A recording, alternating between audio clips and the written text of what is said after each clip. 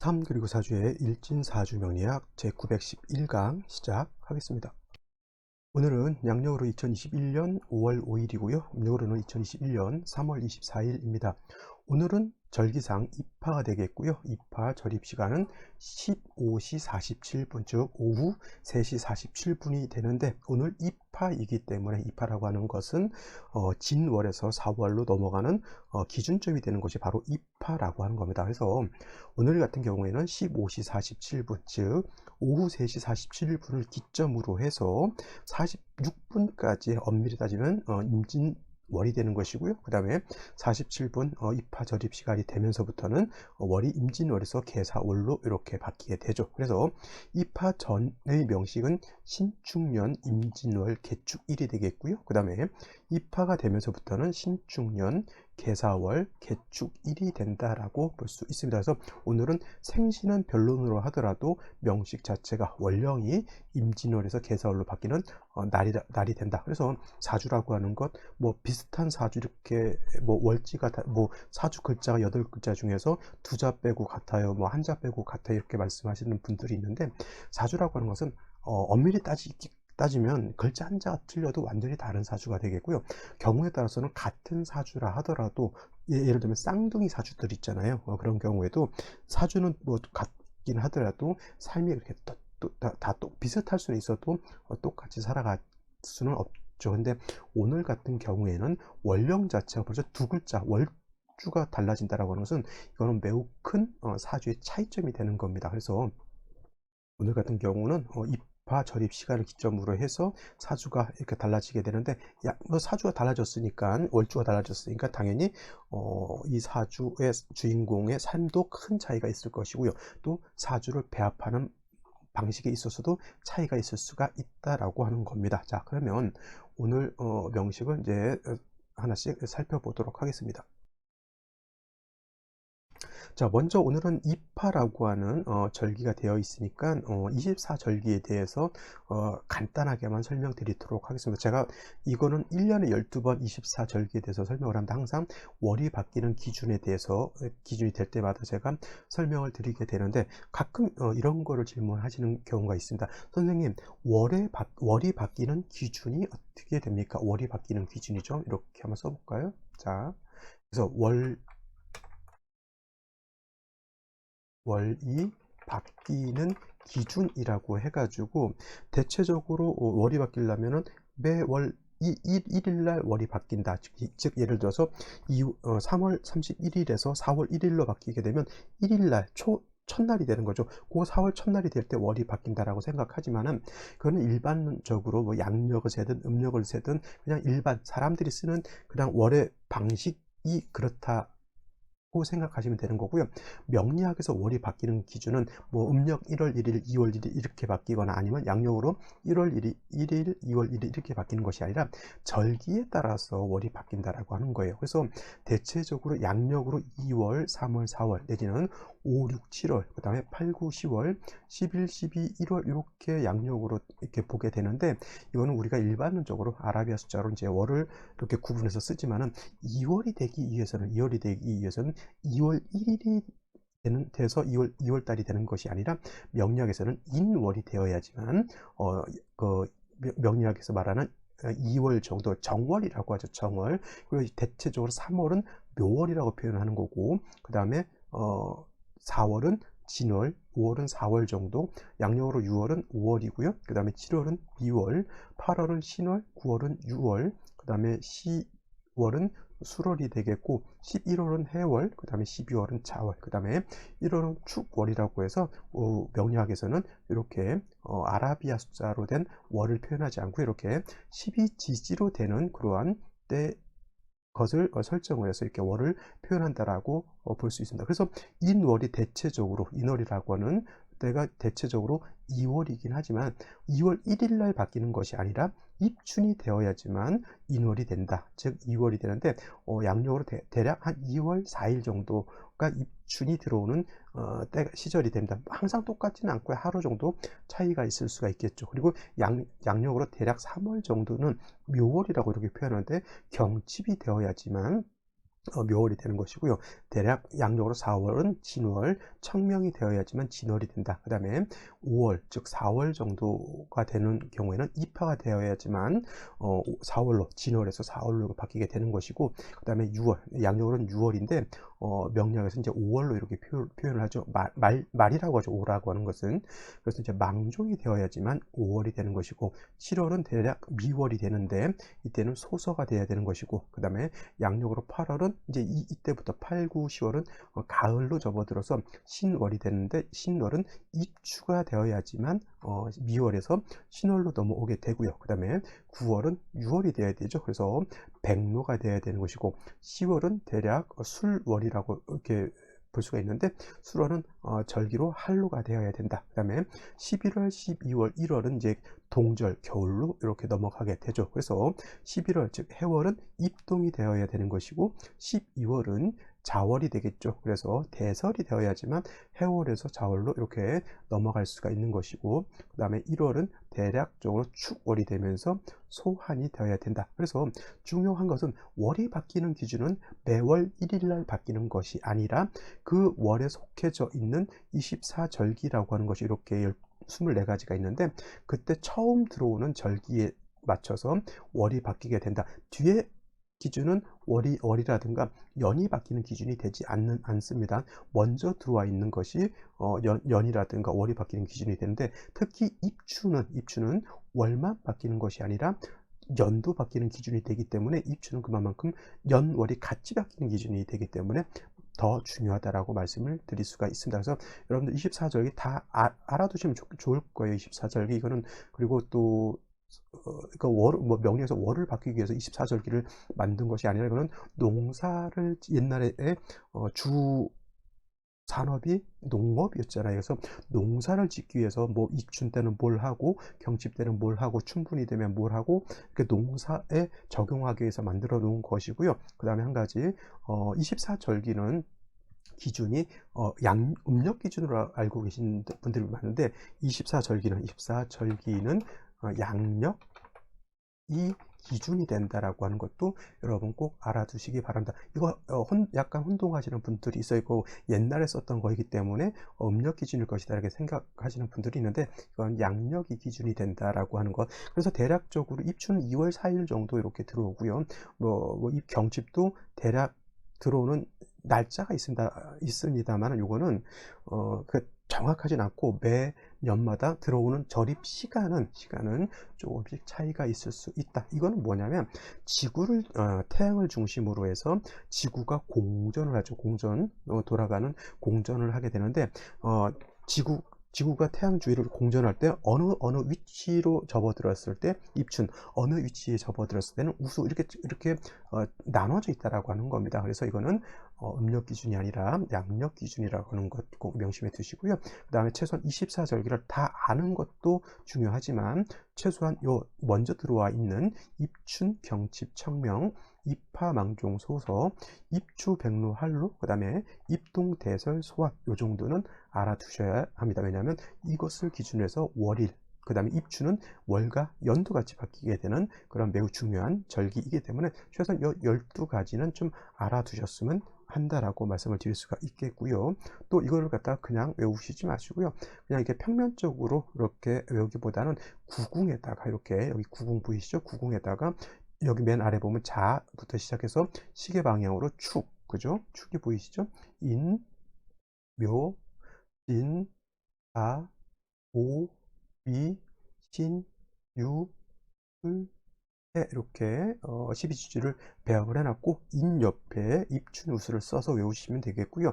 묘는 경칩, 춘분, 진은 청명, 고구, 그 다음에 사는 입하, 소만, 오는 망종하지, 미는 소서돼서, 신은 입추 쳐서, 그 다음에 유는 백로, 추분, 술은 한로, 상각, 해는 입동소설, 이렇게 구분된다라고 하시고, 인묘진 이쪽 동쪽 방향은 인묘진 동방이 되겠고요. 목이 관장하는 그런 때이면서 계절은 봄이 되는 것이고, 요 위쪽 사오미가 보이시죠? 여기는 사오미 남방이면서 화가 왕한 계절이면서 여름에 해당이 된다. 그 다음에 신유술 이쪽 보이시죠? 이쪽은 신유술 서방 서쪽이 되면서 계절로는 가을이 되면서 금이 왕한 금왕절이 되겠고요. 맨 밑에 해자축 이쪽은 해자축은 북방이 되면서 계절로는 겨울. 그 다음에 수가 왕한 수왕절이 됩니다. 선생님, 동쪽은 목이 왕하고요. 북쪽은 화가 왕하고 서쪽은 금이 왕하고 그 다음에 아래쪽은 수가 왕한데 토는 어디에 있습니까? 라고 이렇게 물어보시는 분들이 있는데 명의서에 뭐라고 했냐면 토는 중앙, 여기 중앙 있죠. 가운데 아무것도 안 써져 있는데 중앙에 거하면서 사우에 기생한다 그랬어요. 그래서 토라고 하는 것은 진이 여기 있죠. 술이 여기 있죠.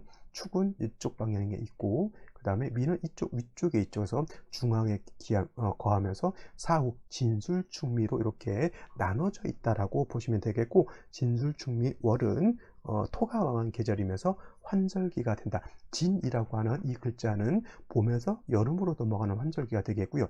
미라고 하는 이 글자는 뭐가 됩니까? 여름에서 가을로 넘어가는 환절기. 그 다음에 여기 술이라고 하는 이 글자는 가을에서 겨울로 넘어가는 환절기. 그 다음에 축이라고 하는 이 글자는 겨울에서 봄으로 넘어가는 환절기. 그래서 진술충미월은 토가 왕한 계절이면서 환절기가 된다라고 보시면 되겠습니다. 그리고 이 오른쪽에 있는 이 도표는 2021년 아까 말했던 12절기에 대해서 월이 바뀌는 12절기에 대해서 올해 어느 시간대에 들어오는지를 제가 이렇게 미리 써 놓은 거니까 이런 거는 굳이 외우실 필요는 없겠고요.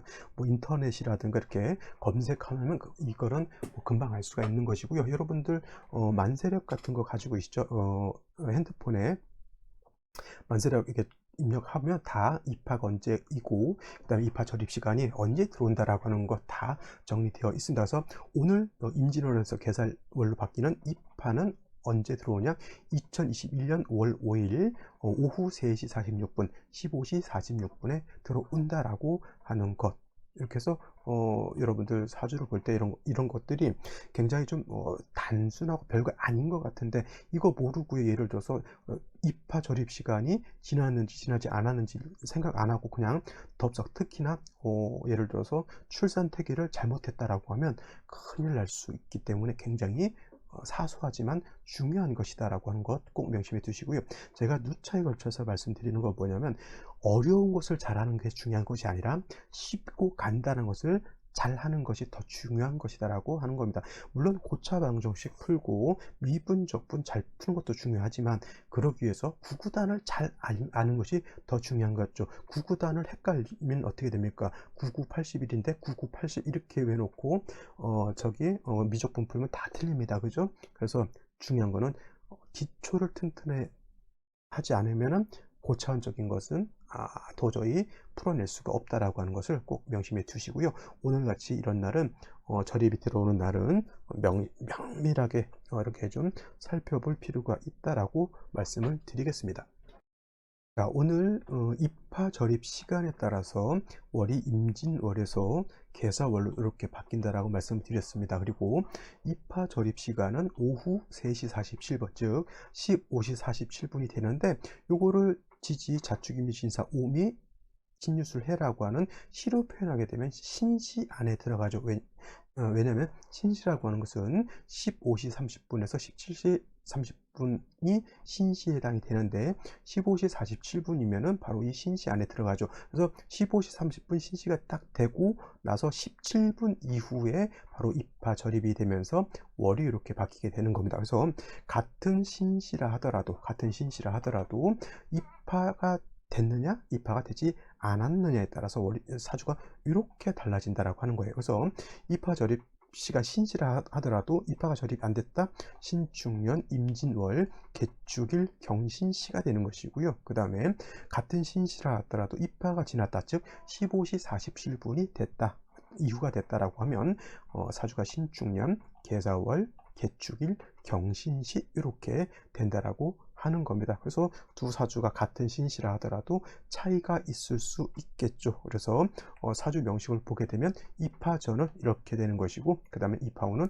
이렇게 사주가 구성이 되죠. 자, 개수가 진월에 태어난 명식이 입하전이 되는 것이고, 개수가 4월에 태어나게 되면 입하후의 명식인 것인데, 뭐 비슷할 것 같지만 크게 차이가 있죠. 자, 개수가 진월에 태어나게 되면 사주의 격국으로 놓고 보게 되면 이거는 정관격이 되는 것이고요. 또 개수가 4월에 태어나게 되면 이거는 격국으로 놓고 보게 되면 정관이 아니라 정제격이 되는 겁니다. 그래서 하나는 이거는 토가 왕한 토왕절에 태어난 것이고, 또 4월에 태어난 것은 이거는 화왕 재성이 왕한 화왕절에 태어난 것이 됩니다. 그러면 어떤 게 좋을까요? 개수가 진월에 태어난 게 좋을까요? 아니면 개수가 4월에 태어난 게 좋을까요? 선생님, 정관이요, 정제보다 좋지 않습니까? 이렇게 보시는 분들도 있고, 어떤 분들 아니다, 정관보다는 정제가 더 좋지 않냐서 정제월인 4월에 태어난 개수가 좋지 않냐라고 이렇게 질문하시는 분들도 있는데, 정답은 뭐냐면 개수가 진월에 태어났든 개수가 4월에 태어났던 어떤 사주가 좋다?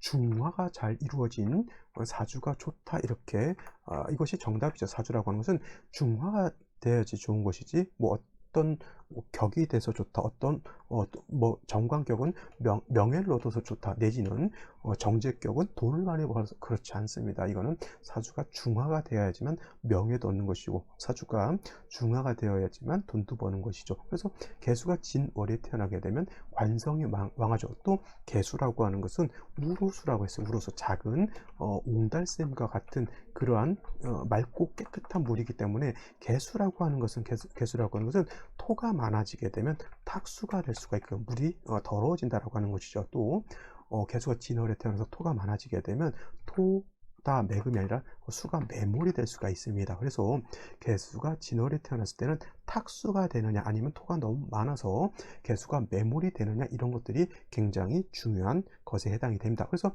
어저께 공부했던 임수 같은 경우에는 진월에 태어나게 된 간목으로서 토를 제하는 것이 필요한데, 개수라고 하는 것은 작은 물이기 때문에 자칫 상관을 잘못 쓰게 되면 개수가 고갈될 우려가 있기 때문에, 진월의 개수라고 하는 것은 반드시 신금이라든가 경금 같은 것이 있어서 개수를 생수해 주어야지만 개수가 마르지 않고, 또 토에 의해서 매몰이 되지 않는다라고 보시면 되겠습니다. 물론 이제 무토 같은 것이 투출하게 되면 간목으로서 당연히 제해 주는 것도 필요한데, 개수라고 하는 것은 아무리 좋은 정관이라 하더라도 토가 많아지게 되면 그 정관은 나의 명예가 되는 것이 아니라 나를 더럽게 만드는, 오염시킬 수 있는 매우 극한 월이라고 하는 것이 됩니다. 또 개수가 진월에 태어났는데, 오늘 명식 같은 거 입하전으로 보게 되면 일지에도 또 축토라고 하는 것이 있고요. 그 다음에 시연지에도 또 축토가 있습니다. 토가 너무 많죠. 이거는